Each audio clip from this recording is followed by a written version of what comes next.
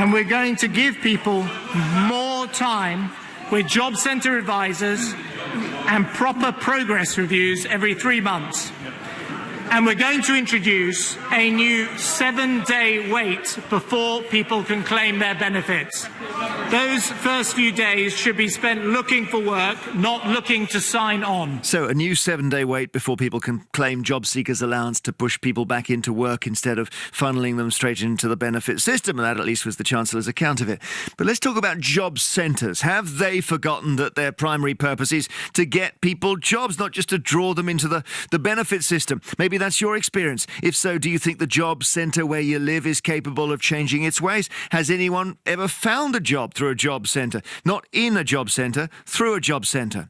Maybe you work in one and you're listening to all this and thinking, get real, George Osborne. I know I'm here to find people work, but in the real world, it ain't that simple. Do call us 0500 288 291. If a job centre worked well for you, we'd love to hear from you, of course. Email vine@bbc.co.uk. There's Twitter, there's the Facebook page. We have Mark Garnier on the line, the Conservative MP for the Wyre Forest, who's in Worcester, and Fran Heathcote, who's from the PCS union, which represents job centre workers. Mark Garnier, first of all, do you think job centres are doing what they're supposed to do? I think they're being asked to do an awful lot of different things. Of course, the one thing they are doing is being an access to the benefit system. And of course, a lot of people will go there. But I have a very good relationship with my job centre. I deliberately set up my constituency office next door to it. We work very, very closely with them. And I've got to say, they are being asked to do a lot, but they do find people jobs. They do give people support where they're needed. Is that right, Fran Heathcote? They find people jobs? Yes, I think it is. And I mean, as Mark says, these people work incredibly hard. It is difficult. The time we're in is incredibly tough. But our staff try really, really hard to get people into work. But in reality, there is also a need when people are out of work to have that link with the benefits system. But do you not find, Fran, that you get people saying they go into a job centre when they've been maybe laid off for the first time in their lives and they cannot believe how indolent the staff are? Well, that's not our experience. I mean, they're working really hard in there, are they? Incredibly hard, under very difficult circumstances. I mean, I think anybody would recognise that with the way that unemployment is and with the way that austerity is working at the moment, that it's an incredibly difficult job to do, but they do try incredibly hard to get people into work, and we have lots of results that back that up. Let me read something to you, Mark Garnier, from Amarjeet Singh in Ilford. He says, I signed on to job seekers allowance. I couldn't find employment.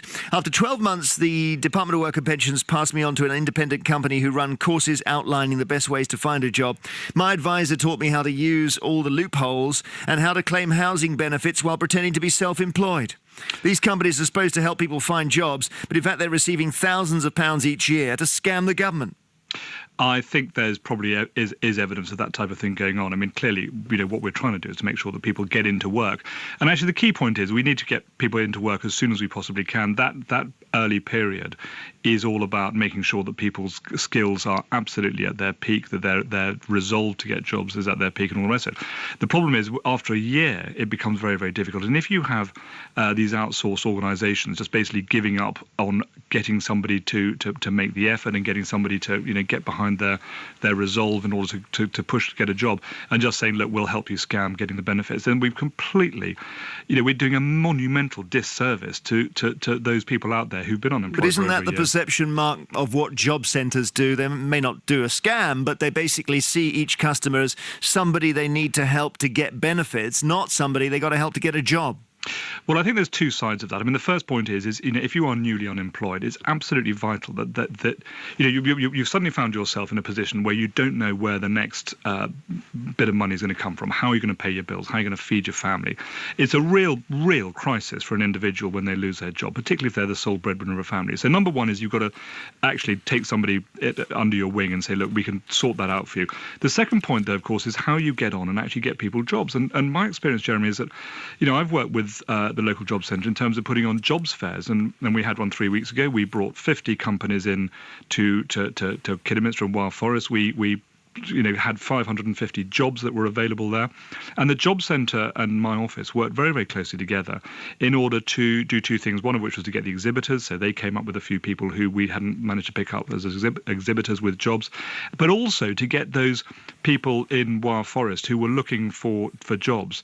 And why do you, I appreciate that, and it's a really interesting local story, but why do you need a room full of people paid for by the taxpayer to connect an employer with an unemployed person? There are so many ways that employer can tell people that they have a vacancy. They do not need that building with all those staff in, do they? It's because you have many, many different ways of doing it. If you, for example, Jeremy, if you lost your job, you would go to a specialist recruiter who recruits highly talented presenters. That's not trying to make me laugh. Yeah.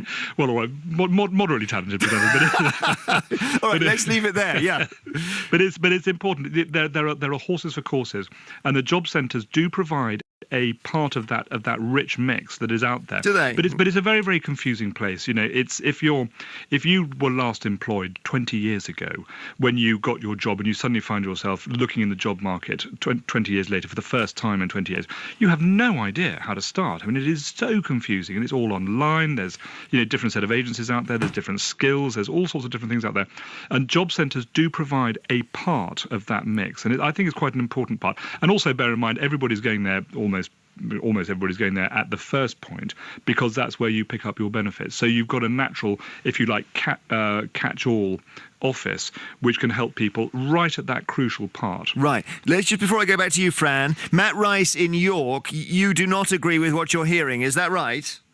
Not at all, no. They treat you like complete plebs the minute you walk through the door. Like complete what?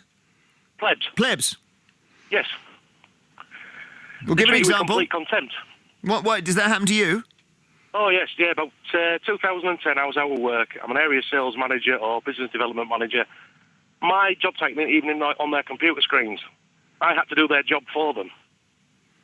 Fran, that does not sound good. No, and if I had a bit more information, then maybe I'd be able to better comment on that. I'll ask him a question then. What was it that made it such a negative experience for you? The people inside the job centre don't even want to be there themselves. They really don't want to help anybody out. All they're bothered about is start work, finish work, get home. They're not bothered about the people who are walking through that door.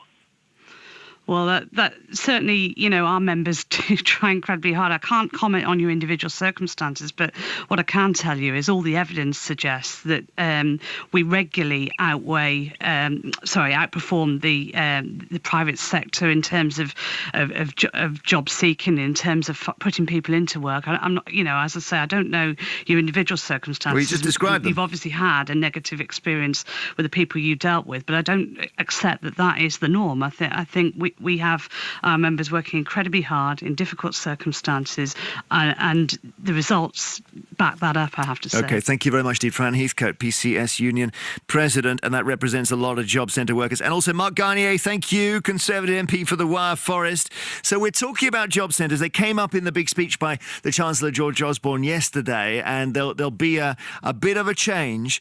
But are job centres capable of changing, or are they just a waste of space? All I knew this morning. Job centres, they both praise them, essentially. Mark Garnier, the Conservative MP, and then Fran Heathcote from the PCS Union, they seem to love their local job centres. And not everybody does. Jonathan Collins in Sheffield, you're an employer. I am, yes. So you've got a laundry business and a dry cleaning business? We have, yes. And have you used a job centre to recruit? Yes. Last year we contacted the job centre and asked them for their help, basically.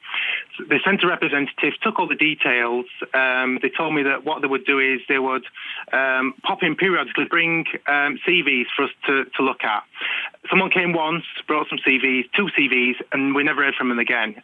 Basically, we went to one of the sites, and a free site, and basically put our job on the site. Well, you could say which site it was. Gumtree. Gumtree. Okay, so Gumtree worked better for you than a job centre. Oh, yeah. Total waste of time. Absolute waste of time. Because obviously while we were waiting, we were busy and we've expanded and we've grown. And I was looking for two part-time staff, obviously with the potential to be full-time staff. And it was honestly a total waste of time. What's interesting? We didn't get anybody from it. What's interesting about your story is I thought you were going to say they sent people and they were no good, but they didn't even get as far as sending people. They couldn't even make the trip themselves, it sounds like. No. All they did was they came once and brought 2 CVs which weren't suitable, and then I never got a backup call, a phone call or anything. I never heard from them again, not once. Thanks, John. I'm glad your business is going well, Jonathan. Thanks so much. Yeah, thank you. Well done. 0500 288 291. Please call us if you work or have worked in a job centre and you want to praise them. That's absolutely fine. It's a little bit one way though at the moment. Chris in Bromborough, you used to receive the job seekers allowance. Used to receive job seekers allowance, Jeremy. Yes. Tough time in your life, I imagine. Quite a few years ago, actually, and I even looked at something like a work trial role, whereby you can still get paid your benefit, and the employer doesn't have to pay a salary. You can try out a job for, say, maybe 3 weeks, whatever. I was told I had no right whatsoever to look at a work trial role during the 6 months I was claiming job seekers allowance. Right. And the excuse proffered was, oh, you might find a job during that time, sort of thing, which I find quite patronising and rubbish. You might find, in other words, you might, while doing your work trial, have been offered a paying job. It could have been. But the thing is, the Job Centre Plus refused to let me consider a work trial role during the 6 months I was claiming job seekers allowance. And what was their attitude like? Quite frankly, the attitude was, they're not, for somebody who has worked in a customer-facing environment, both across both the public and private sectors, quite frankly, I find their attitude not fairly customer-friendly towards people who are maybe at one of the low points in their lives, and also the fact that this is no way to deal with people in a vulnerable situation, not since the days of the 1909 People's Budget, when no government could afford to properly or ignore the social condition of this nation. Plus, on top of that, Jeremy, every time I signed on, I was always worried I was going to get hammered for not being hard enough in my job search. And there was one particular role just before I signed off toward the end of 2010, where I wasn't even getting any benefits.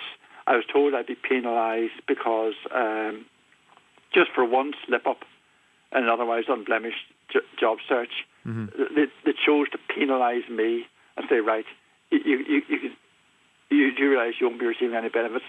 The catch was, at the time, I wasn't being paid any benefits by the state at all. Plus the fact that I think the staff need to be...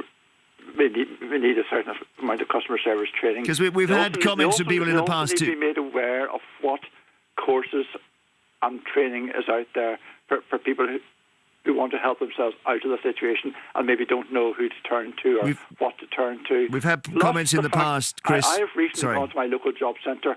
I'm not receiving benefits at the moment. I'm a stay-at-home dad who wants to get back into paid employment. I even approached my local Job Centre Plus and asked what help and advice can they give, and the attitude came back from a team leader who is assessing people lower down the ranks for their standard of customer care. The attitude that came back from that team leader was, why should I? The government does not pay me to give advice to people who are not claiming benefits. Thank you, Chris. Dole, I had one of the nicest, most supportive job advisors ever. I think it all depends on the centre and the person. Oh, Yamin, I wish you had said where you are from in the country, because it's good to know which one is doing well. Jeff Kersworch in Freshwater says, I was made redundant 3 years ago. The people in the job centre were lazy and they didn't know what they were doing. They tried to find me work, but they didn't match it to my skill sets. And a lot of the jobs that they offered were not actually available. Is that right? Are they lazy in there? Jason Dancer is in Swindon. Hi, Jason. Hi, Jeremy. Good to speak to you. And to you. I gather you were made redundant in January, so maybe tough times for you. Well, I've been made redundant 4 times in my life, and it's not easy, obviously, but you just have to be positive, and I always seem to bounce back. It's all about having a positive attitude at the end of the day, Jeremy. But yeah, I want to talk about my local job centres. I live in Milton Keynes, and I've got two that I used to go to. Luckily, I've managed to get back into employment now. There's one in Bletchley, and there's one obviously in Milton Keynes city centre. Uh-huh. And I found the staff in both job centres really, really good. I registered for Universal Job Match, so you have to go onto the computer and obviously, look for jobs on there, which is obviously what I did. Now, in Milton Keynes city centre, they have a room with about 6 or 7 computers in, which obviously they want people to use to look for work. When I went in there, I just said to the staff, is it okay to go on there without myself pre-booking an appointment? And they were great. They said, yep, go on it. We wish more people would like you. And my advisor there, can I say his name? Is that okay? Yeah. Yeah, his name was Des. Really nice guy. I spoke to him about courses because from previous employment I was a forklift truck driver. My licence had expired, and they paid for me to go on a forklift truck course in Northampton. Paid for my travel. I've got it all reimbursed because I had to take the bus and the train. Lovely lady picked me up from Northampton station and sent me to the training school, and I passed that, no problem. And that's down to the job centre. And also, Jeremy, a lovely lady, her name is Bernice. She works at Bletchley Job Centre. Absolutely fantastic. Every time I went in there, she saw me on the computer, working away, looking at all other job sites like you're supposed to do. She actually got printouts while I was there, bringing me other jobs over as well. And absolutely fantastic. She even said to me, just wish more people had the same attitude as you. Like and she even said that good luck. I hope something turns out for you. Nice. And we're going to miss you when you actually get a job. So how nice is that? That's brilliant. Okay, so Bletchley and Milton Keynes. Thank you, Jason. Really good to hear. Cheers. Good luck with the forklift driving as well. Dan in Tunbridge Wells has texted and says, I was out of work a few months ago. You've got to fill out a book to show that you're looking for work. You need to have 8 examples per week. I applied for 23 one week, and the job centre worker said, you don't need to apply for this amount of jobs to get your job seeking allowance. And I replied that I was applying for this amount of jobs because I want a job, not just to get my benefit. That's an interesting story. Don Anderson in Kingston upon Thames, I think that's on the edge of London, says, I never found a job through a job centre. In fact, when I had an interview for a job, which I obtained myself, it then clashed with a signing on visit, and the job centre told me to cancel the job interview and sign on instead. Craig is in Bournemouth, and unfortunately this does act as the counter to the call we just had. He says, my experience with the job centre is absolutely dire. If you don't have an appointment, the security basically kick you out of the building. Either that or you're directed to a computer to search for jobs, but of course that's no different from being at home. My wife is job hunting, and she's got a few learning difficulties, so certain employers don't want to hire her, and because of this, the staff at the job centre have to work harder, and they don't want to. It seems they just don't care. Just a couple more, because it's a really interesting subject, this. Leanne emails, my daughter's ex-boyfriend was claiming job seekers allowance for over a year and never once received advice on jobs available. After 1 year, he decided to apply for a college course to become a mechanic. The job centre advisor actually said to him, I mustn't do a silly voice, you do realise that if you do that, apply for a job, you will lose your benefits. Are you sure you want to? Leanne says, I thought we were supposed to be encouraging our young people to gain skills and get off benefits. Sarah's in Edinburgh. Sarah says, I'm a 32-year-old graduate with loads of valuable experience in various jobs.